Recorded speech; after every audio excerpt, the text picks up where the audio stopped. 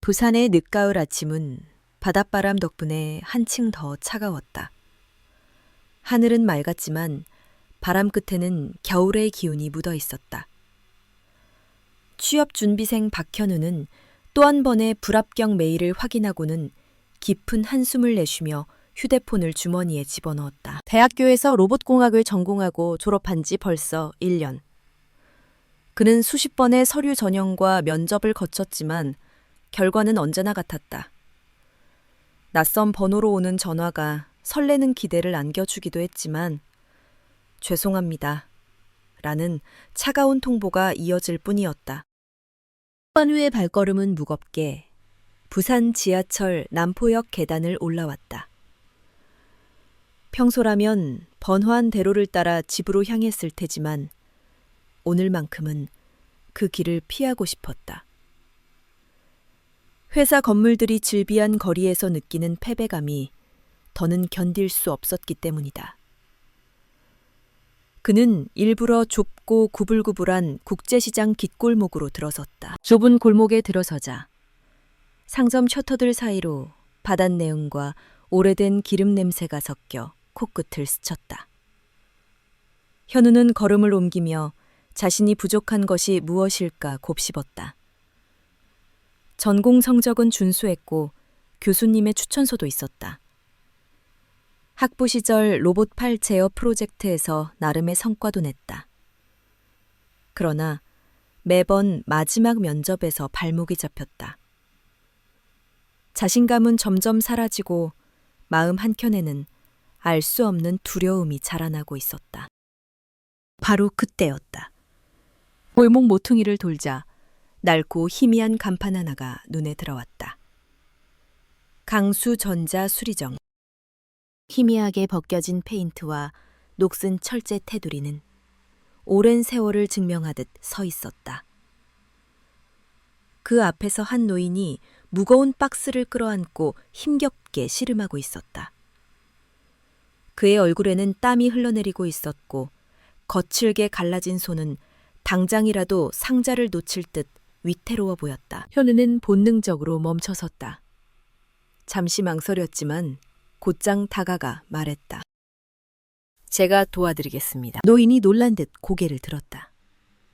순간적인 경계심이 스쳤으나 곧 묵묵히 고개를 끄덕였다. 현우가 박스를 받아 앉자 노인은 작은 미소를 지으며 안으로 들어오라 손짓했다.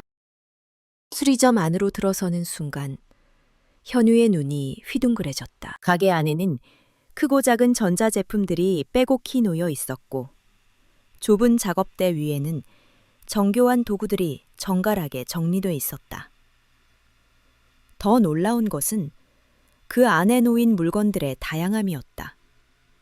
최신 스마트폰과 로봇 청소기에서부터 30년도 더 된 진공관 라디오까지 세대를 초월한 기기들이 한 공간에 공존하고 있었다. 현우는 무심코 내려놓은 박스 옆 작업대 위에 놓인 회로기판 하나를 발견했다. 그것은 분명 최신형 로봇 청소기의 메인보드였다. 낯설지 않은 회로 구조에 눈길이 멈췄다. 그는 대학 시절 유사한 제품을 분석한 적이 있었다. 그때 노인이 손에 루페를 들고 회로를 꼼꼼히 살피며 물었다. 학생, 이런 거 아나? 갑작스러운 질문에 현우는 잠시 당황했지만 곧 고개를 끄덕였다. 네, 로봇 공학을 전공했습니다. 이 부분이 센서 전압 불안정 때문에 오류가 발생하는 것 같습니다. 노인의 눈빛이 순간 빛났다. 무뚝뚝해 보였던 얼굴에 호기심이 스쳤다. 그때부터 둘의 대화는 자연스레 기술적인 이야기로 이어졌다. 현우는 차분히 자신의 생각을 설명했고 노인은 때로는 고개를 끄덕이며 때로는 반문하며 대화를 이끌었다. 노인의 이름은 최강수였다. 그는 40년 넘게 전자제품을 수리해온 장인이었다. 최신 가전제품부터 사라진 아날로그 기기에 이르기까지 그의 손길이 닿지 않은 것이 없었다. 그 지식과 노하우는 교과서에서는 배울 수 없는 것이었다. 하지만 동시에 현우는 강수의 피로한 모습을 놓치지 않았다. 간간히 들려오는 기침 소리, 떨리는 손끝, 그리고 무겁게 몰아쉬는 숨소리. 그의 건강 상태가 좋지 않다는 사실은 분명했다. 시간은 빠르게 흘렀고 해가 기울 무렵이 되어서야 현우는 수리점을 나왔다. 집으로 돌아가는 길, 그의 머릿속은 온통 수리점에서 본 장면들로 가득했다. 취업 실패의 좌절감도 잠시 잊은 채 그는 오늘 배운 것들을 곱씹었다. 무엇보다 강수가 보여준 문제 해결 방식은 학교에서 배운 이론과는 전혀 달랐다. 책에서는 설명되지 않는 직관적 통찰과 경험에서 우러난 판단이었다. 다음 날 아침, 현우는 다시 그 골목길을 찾았다. 강수는 어제와 다름없이 이른 시각부터 가게 문을 열고 있었다.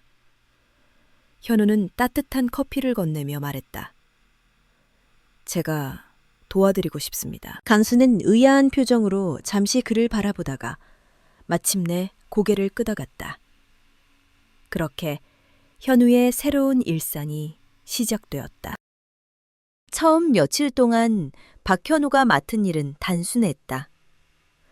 무거운 전자제품을 옮기거나 낡은 나사를 정리하고 부품 상자를 정돈하는 수준이었다.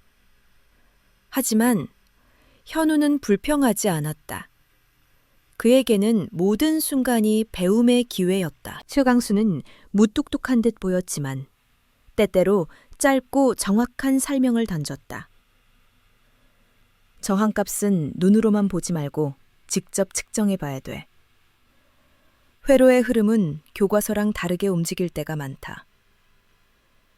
이런 말들은 현우에게 신선한 충격이었다. 며칠이 지나자 그는 단순히 심부름꾼이 아닌 조수로 자리 잡기 시작했다. 강수는 간단한 수리를 맡기기도 했고 때때로 고객을 맞이하는 일을 부탁하기도 했다. 특히 현우의 전공 지식은 최신형 전자제품을 다루는데 빛을 발했다. 스마트폰 메인보드의 미세 회로나 로봇 청소기의 센서 오류 같은 문제에서 그는 빠른 진단 능력을 보여주었다. 강수는 그런 모습을 은근히 인정하는 눈빛으로 바라보았다. 세대를 넘어선 협력. 현우는 강수에게서 경험의 힘을 배웠다. 어떤 제품이든 단순히 회로도를 분석하는 것만으로는 해결되지 않았다. 강수는 손끝의 감각, 기계의 소리를 듣는 귀, 그리고 단연간 축적된 직관으로 문제를 풀어냈다. 반대로 강수는 현우의 젊은 감각과 새로운 시각을 흡수했다. 최신 AI 알고리즘, 로봇 설계 방식, 3D 프린팅 기술 같은 것은 그에게 생소한 영역이었다. 현우의 설명을 들으며 강수는 세상은 참 빨리 변해간다고 중얼거리곤 했다. 둘은 점점 완벽한 호흡을 이루어갔다. 때로는 의견이 엇갈리기도 했지만 그 과정을 통해 서로를 더 깊이 이해할 수 있었다. 드러나는 그림자. 하지만 시간이 흐르면서 현우는 강수의 건강이 심상치 않음을 더욱 분명히 느꼈다. 밤늦게까지 작업을 하다 보면 그의 기침은 점점 깊어졌고 손은 자주 떨렸다. 어느 날은 회로기판 위에 납땜을 하던 중 미세한 선을 제대로 잇지 못하고 몇 번이나 다시 시도해야 했다. 선생님, 괜찮으세요?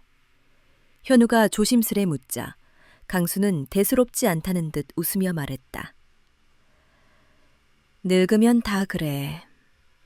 이 일은 내 삶이니까 멈출 수가 없지. 그러나 그 미소 뒤에 감춰진 고통을 현우는 느낄 수 있었다.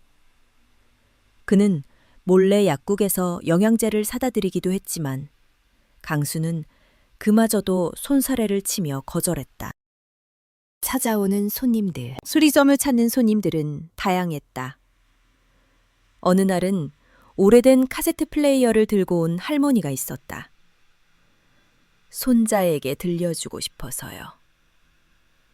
그녀의 눈빛에는 추억이 담겨 있었다. 강수는 그 부탁을 정성껏 들어주었다. 또 다른 날은 최신 노트북을 들고 온 대학생이 있었다.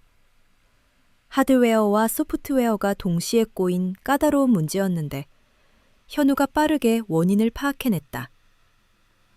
손님은 놀란 눈빛으로 현우를 바라보며 연신 감사 인사를 했다. 그런 순간마다 현우는 자신이 이곳에서 새로운 의미를 찾고 있음을 느꼈다. 단순히 취업을 위한 경력을 쌓는 것이 아니라 사람들의 삶에 직접적인 도움을 주고 있다는 실감을 얻었다. 특별한 발견. 어느 날 저녁, 현우는 수리점 구석에 놓인 서류 뭉치를 정리하다가 낡은 설계도를 발견했다. 세월의 흔적이 묻어있는 종이에는 한빛전자연구소라는 글씨가 희미하게 적혀 있었다. 그곳은 한때 한국전자산업의 자존심이라 불리던 회사였다. 강수가 젊은 시절 그곳에서 근무했다는 사실을 현우는 처음 알게 되었다. 선생님, 이거 직접 설계하신 건가요? 강수는 잠시 손을 멈추고 설계도를 바라보았다. 그의 눈빛에는 복잡한 감정이 담겨 있었다. 그래, 옛날 이야기지. 그땐 연구원으로 밤낮 없이 일했어. 하지만 회사가 무너지고 나서 난 이 작은 수리점을 열었지. 그의 목소리에는 회한이 묻어났지만 동시에 깊은 자부심도 있었다. 현우는 그 순간 강수가 단순한 수리공이 아니라 대한민국 전자공학의 한 시대를 살아낸 장인임을 깨달았다. 현우의 다짐. 밤이 깊어 수리점 문을 닫고 집으로 돌아가는 길. 현우의 마음속에는 새로운 불꽃이 일고 있었다. 나도 언젠가 선생님처럼 누군가에게 진짜 기술을 전할 수 있는 사람이 되고 싶다. 취업이라는 압박은 여전히 존재했지만 그것만이 인생의 전부는 아니라는 사실을 조금씩 깨닫고 있었다. 그는 다음 날부터 더 열심히 배우고 더 많이 도우며 수리점의 일원이 되어갔다. 다가오는 겨울, 부산의 가을이 점점 깊어가며 바닷바람은 한층 차가워졌다. 거리에는 붉은 단풍이 흩날렸고 수리점 안에는 고장난 난방기기들이 쌓여갔다. 현우와 강수는 점점 더 바빠졌다. 하지만 일의 양이 늘어날수록 강수의 기침 소리도 더 잦아졌다. 현우는 점점 불안해졌다. 그러던 어느 날 수리점 앞에 검은색 고급 승용차 한 대가 멈춰섰다. 차에서 내린 중년 신사는 세련된 양복 차림에 자신감 넘치는 눈빛을 하고 있었다. 그의 손에는 오래된 진공관 앰프가 들려 있었다. 강수는 그 앰프를 보는 순간 낯익은 미소를 지었다. 이런 걸 아직도 가지고 계셨군. 현우는 처음 보는 강수의 표정에 놀랐다. 늘 무뚝뚝했던 얼굴에 따뜻한 정이 묻어 있었기 때문이다. 신사는 짧은 대화를 나누고 떠났지만 남겨진 앰프는 단순한 물건이 아니었다. 그것은 강수의 과거, 그리고 그의 숨겨진 이야기를 품고 있었다. 검은 승용차를 타고 왔던 중년 신사의 등장은 단순한 방문이 아니었다. 그의 이름은 데이비드 윤. 그는 현재 글로벌 전자기업의 CEO로 강수의 옛 제자였다. 뜻밖의 재회. 데이비드는 오래된 진공관 앰프를 조심스럽게 작업대 위에 올려놓으며 말했다. 선생님, 이걸 아직도 고칠 수 있으실까요? 강수는 앰프를 손끝으로 어루만졌다. 그의 눈빛에는 깊은 회상과 애정이 담겨 있었다. 네 손에 있었던 거구나. 이렇게 다시 보게 될 줄이야. 현우는 놀란 눈빛으로 두 사람을 번갈아 보았다. 데이비드는 예의 바른 태도로 강수에게 고개를 숙였다. 선생님 덕분에 제가 여기까지 올 수 있었습니다. 그래서 꼭 다시 찾아뵙고 싶었습니다. 순간 수리점 안에는 묘한 긴장감과 따뜻함이 동시에 감돌았다. 애자의 성공, 스승의 현실. 짧은 대화 속에서 현우는 강수와 데이비드 사이의 인연을 알게 되었다. 수십 년 전 강수는 한빛전자 연구소에서 젊은 연구원들을 지도했는데 그중 가장 눈에 띄는 인물이 바로 데이비드였다. 데이비드는 해외 유학 후 창업에 도전해 큰 성공을 거두었다. 지금은 도쿄 연구단지에 본사를 둔 글로벌 기업을 이끌고 있었고 AI와 로봇 기술 분야에서 혁신을 선도하는 인물이었다. 반면 강수는 작은 골목 수리점에 머물러 있었다. 두 사람의 길은 극명하게 달라졌지만 제자는 여전히 스승을 존경했고 스승은 여전히 제자를 자랑스러워했다. 현우의 흔들림. 데이비드가 떠난 뒤 현우의 마음은 복잡해졌다. 나와 비슷한 시절을 살았던 저분은 세계적인 CEO가 되었는데 왜 선생님은 이 작은 가게에 머물러 계실까? 그는 강수의 선택과 삶의 무게에 대해 고민했다. 하지만 동시에 깨달았다. 강수는 화려한 타이틀을 가지지 않았지만 누구보다 값진 지혜와 기술을 지니고 있었다. 그날 밤 현우는 오랜만에 노트북을 켜고 자기소개서를 다시 고쳐 쓰려다 손을 멈췄다. 나는 진짜로 어떤 길을 가고 싶은 걸까? 그 질문이 머릿속을 맴돌았다. 무너지는 건강. 며칠 뒤 강수는 갑작스레 수리점 바닥에 쓰러졌다. 기침이 멈추지 않았고 얼굴은 창백했다. 현우는 급히 구급차를 불렀다. 병원 검사 결과는 예상보다 심각했다. 폐 질환과 심장 기능 저하가 동시에 진행되고 있었던 것이다. 의사는 안정과 치료를 권했지만 강수는 고개를 저었다. 내가 멈추면 이 가게도 멈추는 거야. 현우는 눈물이 맺혔다. 스승 같은 존재가 고통 속에서도 일을 놓지 못하는 현실이 안타까웠다. 데이비드의 제안. 그 즈음 데이비드가 다시 수리점을 찾았다. 그는 강수의 건강 상태를 듣고는 심각한 표정으로 말했다. 선생님, 더 이상 이렇게 버티시면 안 됩니다. 제가 도와드리겠습니다. 그는 강수에게 최고의 의료 지원을 약속했다. 동시에 현우에게도 새로운 제안을 했다. 저희 회사에서 스마트 리페어 시스템을 개발 중입니다. AI를 활용해 전자제품의 고장을 자동으로 진단하고 수리 과정을 효율화하는 프로젝트죠. 현우 씨 같은 젊은 인재와 선생님의 경험이 꼭 필요합니다. 함께 하시지 않겠습니까? 현우의 가슴이 뛰기 시작했다. 취업 실패로 좌절하던 자신에게 찾아온 뜻밖의 기회였다. 갈등. 하지만 강수는 쉽게 대답하지 않았다. 기술은 훌륭하지. 하지만 기계만으로는 고객의 마음까지 고칠 수 없어. 수리는 단순히 고장난 부품을 교체하는 게 아니야. 사람들의 추억과 삶이 깃든 물건을 다시 숨쉬게 하는 일이기도 하지. 데이비드는 잠시 침묵하다가 고개를 끄덕였다. 맞습니다. 그래서 선생님의 지혜가 필요합니다. 단순한 기술이 아니라 그 철학을 시스템에 담고 싶습니다. 현우는 두 사람 사이에서 갈등했다. 그는 첨단 기술의 가능성도 이해했지만 강수가 지켜온 전통적 가치도 소중히 느꼈다. 다시 켜진 앰프. 며칠 뒤 강수는 데이비드가 맡겼던 진공관 앰프 수리를 마쳤다. 손끝이 떨려 힘들어하면서도 그는 끝까지 집중력을 잃지 않았다. 마침내 전원을 켜자 오래된 스피커에서 따뜻한 음악이 흘러나왔다. 데이비드의 눈가가 젖었다. 선생님. 이 소리를 다시 들을 수 있다니. 그 순간 현우는 깨달았다.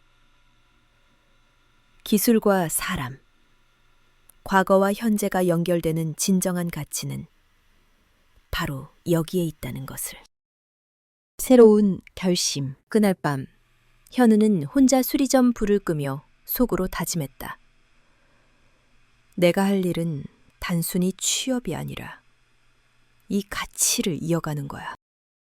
그리고 동시에 데이비드의 제안을 받아들여 새로운 길을 모색하기로 결심했다. 선생님의 철학을 지키면서 새로운 기술을 더해야 한다. 그래야 진짜 미래가 열릴 거야. 부산의 겨울바람이 차갑게 불어왔지만 현우의 마음은 오히려 뜨겁게 타올랐다. 그의 여정은 이제 막 본격적으로 시작되고 있었다. 겨울이 깊어갈수록 부산 바닷바람은 더욱 매서워졌다. 그러나 현우의 마음은 새로운 결심으로 뜨거웠다. 그는 드디어 데이비드의 제안을 받아들여 스마트 리페어 시스템 개발 프로젝트에 참여하기로 했다. 첫 발걸음. 데이비드가 마련해준 연구 공간은 부산 도심의 최신식 빌딩 안에 있었다. 최첨단 장비와 AI 서버가 갖춰진 그곳은 오래된 수리점과는 정반대의 세계였다.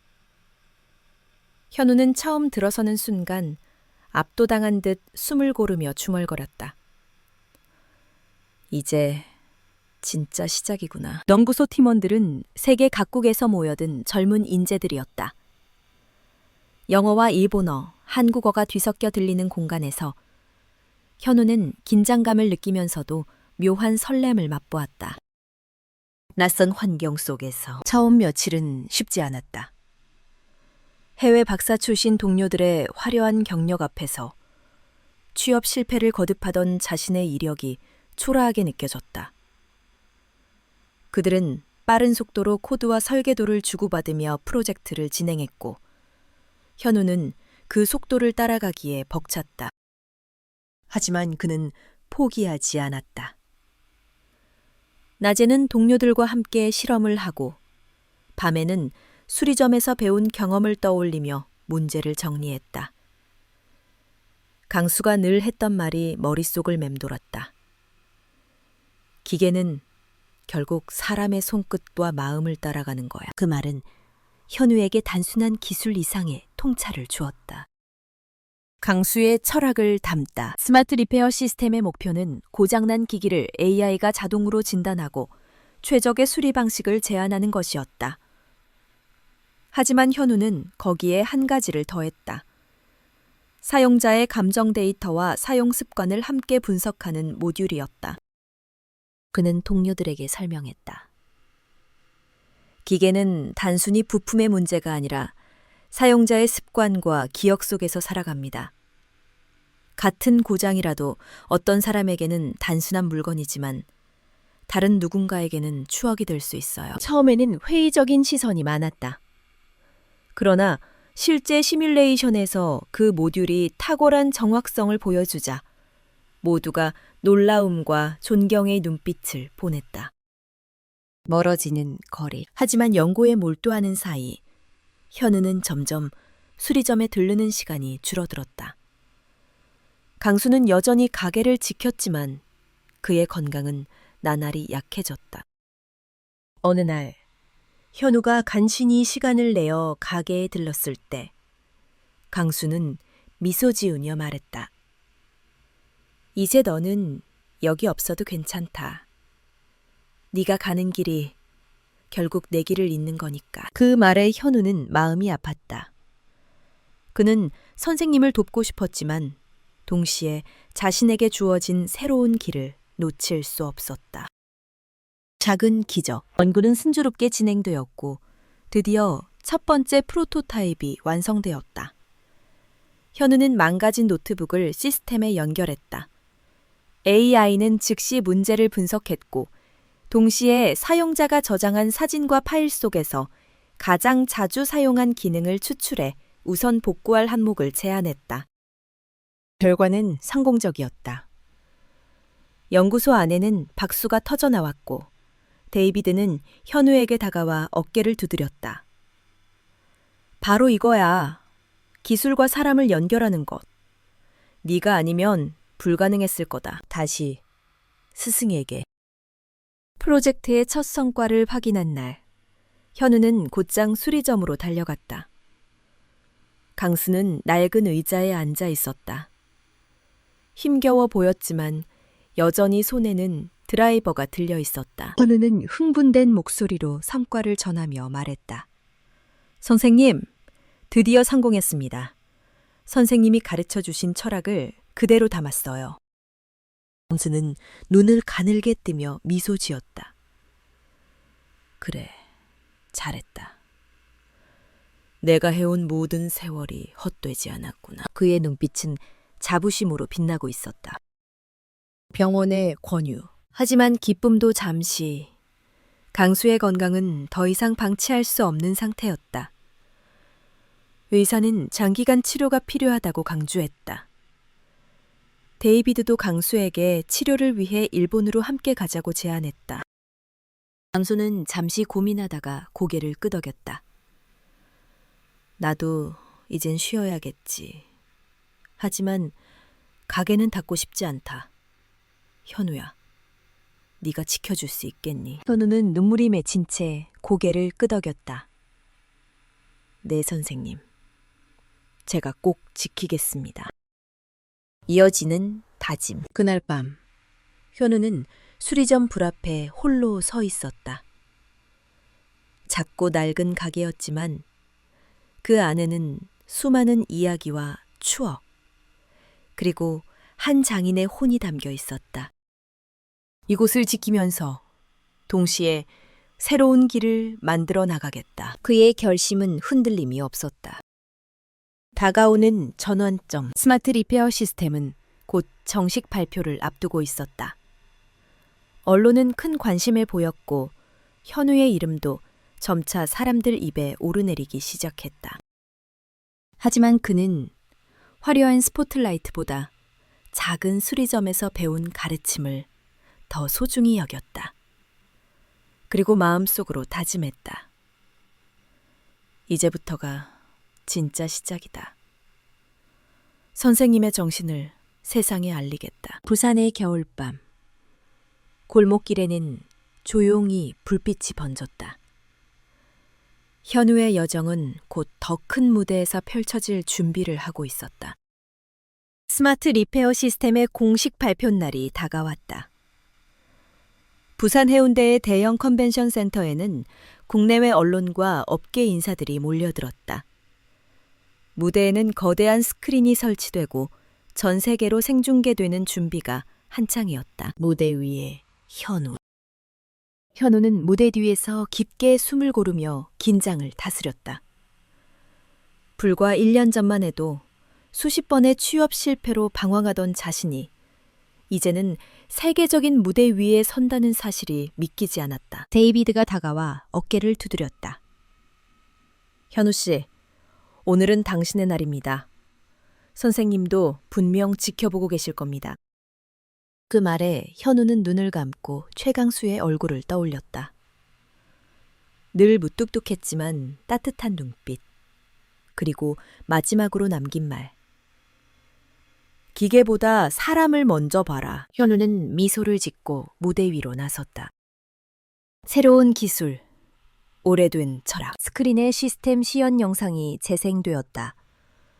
고장난 가전제품이 AI에 연결되자 화면에는 고장 원인뿐만 아니라 사용자의 패턴과 감정 데이터가 함께 분석되었다. 예컨대 한 노인의 낡은 카메라는 단순한 렌즈 오류로 진단되었지만 동시에 손자의 성장 사진이 가장 많이 저장된 기기라는 정보가 함께 표시되었다. 관객 속에서 감탄사가 터져나왔다. 현우는 단호한 목소리로 말했다. 우리가 고치는 것은 단순한 부품이 아닙니다. 삶의 일부이고 소중한 기억입니다. 이 시스템은 사람과 기술을 잇는 다리가 될 것입니다. 순간 우레 같은 박수가 쏟아졌다. 세계로 뻗어나가다. 발표 이후 스마트 리페어 시스템은 세계 각국의 기업과 협력 계약을 맺었다. 환경 보호와 지속 가능한 기술로 주목받으면서 현우는 새로운 세대의 기술 장인이라는 별명을 얻었다. 그는 부산에 본사를 둔 연구소를 확장하고 동시에 작은 교육센터를 열었다. 이름은 강수 아카데미였다. 거기서는 청년들과 아이들에게 단순한 전자기기 수리뿐 아니라 기술 속에 담긴 인간적인 가치를 가르쳤다. 형실의 만남. 한편 일본에서 치료를 받던 강수는 상태가 많이 호전되었다. 현우는 바쁜 일정 중에도 틈틈이 병원을 찾아갔다. 선생님, 드디어 시스템이 전 세계에 퍼지고 있습니다. 현우가 밝게 전하자 강수는 잔잔한 미소를 지었다.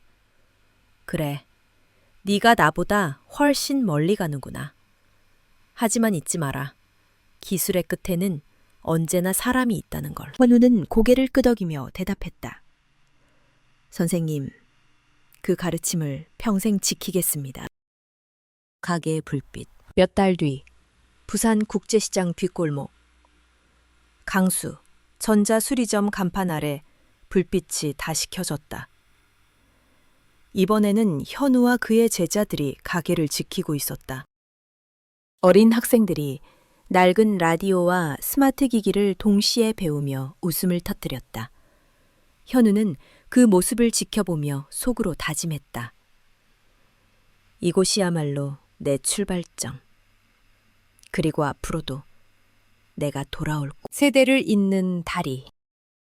어느 날 해외에서 유학 온 학생이 찾아와 말했다. 선생님, 저는 기술만 배울 줄 알았는데 사람의 이야기를 듣는 게 더 소중하다는 걸 배웠습니다. 그 말을 듣는 순간 현우는 강수의 목소리가 귓가에 울리는 듯했다. 그래, 그게 바로 수리의 본질이지. 현우는 미소 지으며 대답했다. 앞으로는 네가 그 가치를 이어가야 한다. 마침내 찾아온 봄. 부산의 봄바람이 따뜻하게 불어왔다. 바닷가에는 벚꽃이 흩날리고 시장 골목은 다시 활기를 되찾았다.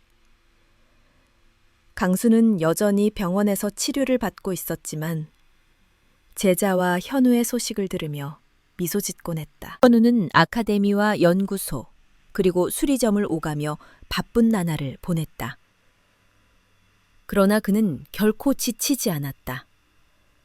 그의 마음속에는 언제나 스승의 정신이 살아있었기 때문이다.